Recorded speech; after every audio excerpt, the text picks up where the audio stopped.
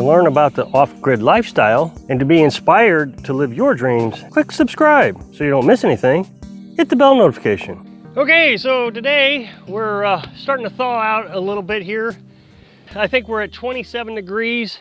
You can see the icicles are starting to fall off the roof. Things are really starting to warm up a bit. So I thought I'd come out here and try to get some things done. I shoveled the snow off the truck there, around the truck. My truck's only two-wheel drive. Again, I'm not a big fan of four-wheel drives. I think they cost too much for as little as you use them. So I have two-wheel drive. And so for the minor inconvenience of not being able to drive around for a week, I don't care. So as I have documented, there's a water tank in here. This is my water tank holding box. It's just a box and it's filled with insulation. I got styrofoam insulation in here, R10 value. It's sealed up pretty good. There's ventilation coming from the house right here into the box. So I've cut a hole through the wall and into the box.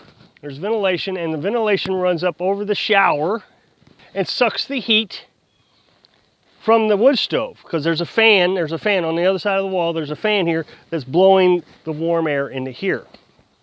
So when the warm air actually enters the box here, it's about 70 degrees. Now, is there a problem with this setup? I can't believe how many people told me that this is a terrible idea. There's so many better ways to do it. Yet this box was able to stay unfrozen down to 1 degree.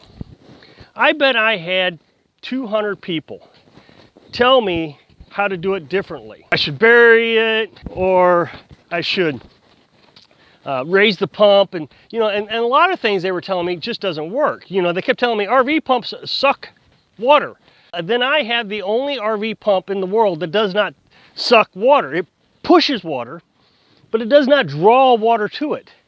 And I know this because when we were nomads, I had this clever idea that I would just stick the suction hose right into a bucket and draw the water out. It doesn't work. You have to prime it every time. It loses prime too. So if I were to, say, take the pump and put it in the house and I drew water in, I think I'd lose suction each time. That being said, the plumbing would still freeze. Now, the water tank itself, the last time I had this open, was not frozen.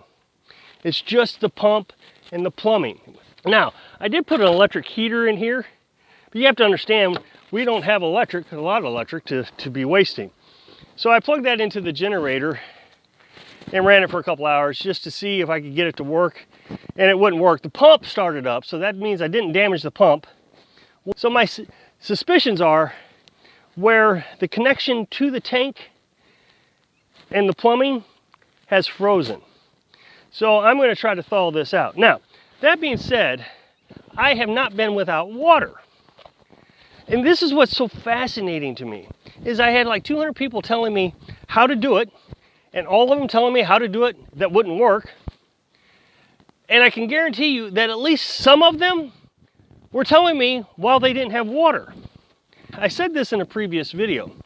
The fourth largest town in the state of Missouri, Columbia, Missouri, and it's probably one of the richest cities in the state. It's a college town. Didn't have water during this freeze. The water lines broke. This has been a major problem throughout the country. Nobody has water. Nobody has electric, nobody has water. I have electric and I have water. The only thing that I am missing is a water heater. I don't have a water heater because that's the only thing that tank does. It supplies water to my on-demand tankless, because somebody said I need a tankless water heater. It is tankless. It's an on-demand tankless water heater. So that means when the water heater senses pressure, it fires up. It's right here. And so then I can get water. I've taken the shower head off, but I can get water through my shower head. So that's the only thing I've lost. But I didn't lose hot water either. So I still have my well. My well, we have to run off the generator, admittedly. So that was my backup plan, is if we lose this tank, I can fill buckets with the well. So that's exactly what I did. I turned the well on, water came out, filled 4 buckets within a couple minutes, filled the neighbor's buckets, and we've had water. If I want hot water, I put water right here and it heats up. If I want a shower, then I just go to my Rubbermaid water cooler and I put hot water in it. So I heat it up on the stove, put it on here, and then when I get in the shower, I just put this over our head in the shower, which you just saw. I can push the little button and water comes out. So I got 5 gallons of water right here of hot water. So I didn't even lose a shower. Look, I'm clean shaved, teeth are brushed, I'm clean. I feel like that I've been better prepared than the people who are telling me I'm a complete failure because my water froze. I expected that tank to have problems. And I'm so happy that it took it down to 1 degree before it froze. So I'm not disappointed, and I'm not really in the mindset of changing too many things. I think the only thing I will try to do is modify maybe the ventilation coming in. I might try to do a better job insulating the insulation in the box, because right here is the water pump right here, and I got the ventilation running from the other side all the way down to here, so it's right next to the pump. But when the heat comes out of the ventilation there, I don't know, it's probably 40 degrees. It's not as warm as when it came into the box at 70 degrees.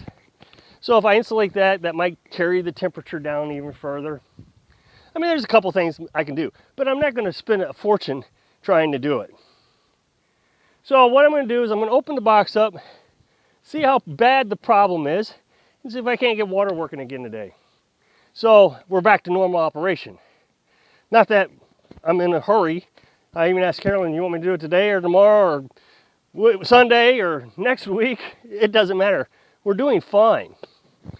All right, so all I got to do is this top part comes off real easy because that's how I filled the tank. And then the front comes off with just 2 screws, and that way I can work on the pump. So I'm just going to remove the front here, expose the pump. I'll have to take the insulation out.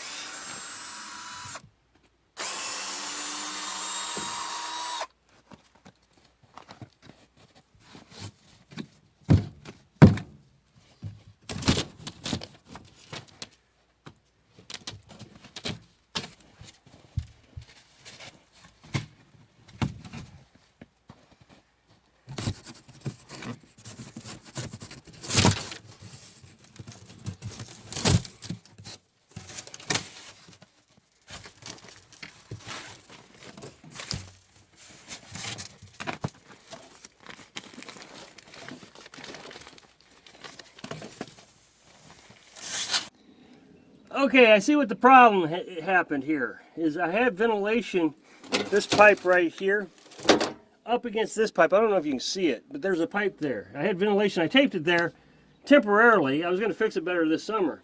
And I really had it secured too. I even checked it the next day to make sure it was still there.